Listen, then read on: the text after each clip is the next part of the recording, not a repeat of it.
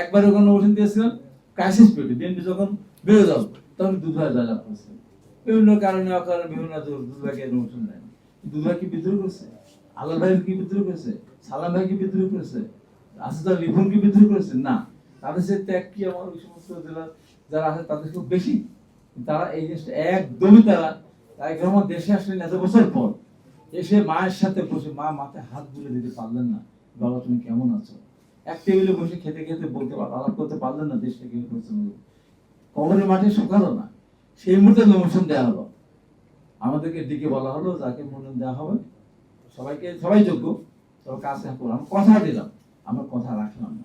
আমি মনে করি এই সমস্ত বিদ্রোহী যারা ছিল তাদেরকে দলে না নিয়ে দেশটাকে তার যদি এগিয়ে নেয়, আগামীতেও ইনশাল্লাহ এবার 212 আসন নিয়ে জয়লাভ করেছেন।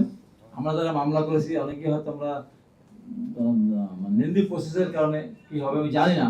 পাঞ্জাবের জগতে একটি বিশ্বস্ত নাম শাবাব এথনিক ওয়্যার।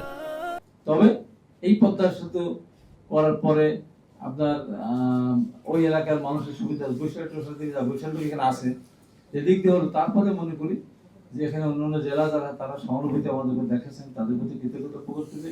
সবশেষে যে কথাটা বলতে চাই সেটা হলো এটা আমার আপনার শুধু না, রাষ্ট্রের প্রয়োজনে কোটি কোটি টাকার এখানে তেল এখানে এই হবে বাঁচবে, এবং যাতায়াতটা কত শ্রম ঘন্টা ব্যবহার হবে। আমার যদি পাবনা হয় আমার বাড়িতে আসতে 3 ঘন্টা লাগে, এখন আমার লাগে 5 ঘন্টা 6 ঘন্টা। আর কে যেন বললেন আমরা আগে যখন তখন আমরা কিন্তু ঈদের আগে যাওয়ার সময় এই পারে নামাজ পড়তেছে আমাদের এখনো কিন্তু আমাদের এই যে যমুনা সেতু হয়েছে না, তারপরে 12 ঘন্টা 14 ঘন্টা 25 27 ঘন্টা মতো লাগে, সব ওইদিক দিয়ে গাড়ি যায়, যার পরে ওখানে যানজট পড়ে। আর রাস্তাঘাট ছিল আগে খুব এখন রাস্তাঘাট ভালো হয়েছে, এখন আর যানজট পার হলে এখন ডিভাইডার আর ওই করতে হবে, ফ্লাইওভার হয়ে যাচ্ছে তো যেখানে চলে যেতে পারে।